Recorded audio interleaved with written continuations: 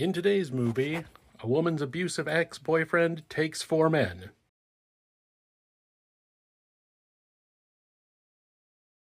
I hope it was clear I meant in a fight. Today we're talking about Intruder, which came out in 1989 but feels like it was made kind of like Frankenhooker, like in the late 70s. I know technically it can't be, it just has a weird feel about that. But it is sort of a Evil Dead 2 reunion because you've got Sam Raimi actually enacting in this one. Ted, Bruce Campbell's in it a little bit, and Danny Hicks, and the guys from K&B, and Scott Spiegel, who was one of the producers on Evil Dead, directed this.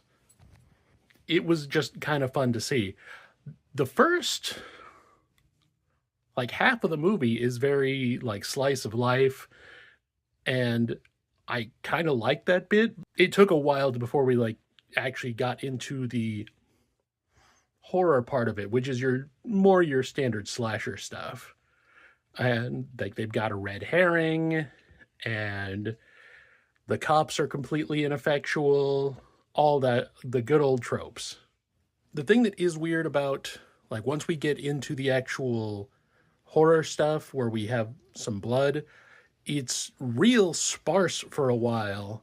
Then out of nowhere, it just turns on a dime, and it was like K&B realized that they were there to do effects, and all of a sudden things just ramp up dramatically.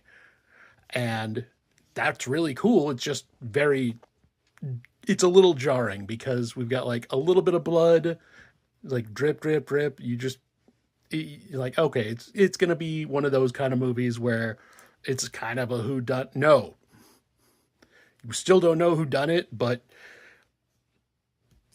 head crushing. There are a few kills in this movie where people could totally walk away from them. Maybe not easily, but they could do it. And unfortunately, the reveal at the end, because we didn't really get any hints, it kind of comes out of nowhere, a little bit like the Mrs. Voorhees at the end of Friday the 13th, where just suddenly we introduce a character who apparently has been killing people the whole time. It's not that bad. It is somebody who's been in the movie previously, but we don't get any hint. From the moment, there's that turn, they're gone mentally. They are having, a significant mental vacation from reality. It's a choice. It was a good time. I saw it on AMC Plus, but I saw, it was on Tubi or I think Pluto TV maybe. So it's pretty easy to find. Check it out. I think, the version that I saw on AMC Plus was the remaster that came out a few years ago, which is uncut, because I know apparently the release cut, I found out, did have a lot of that more graphic stuff was cut out of.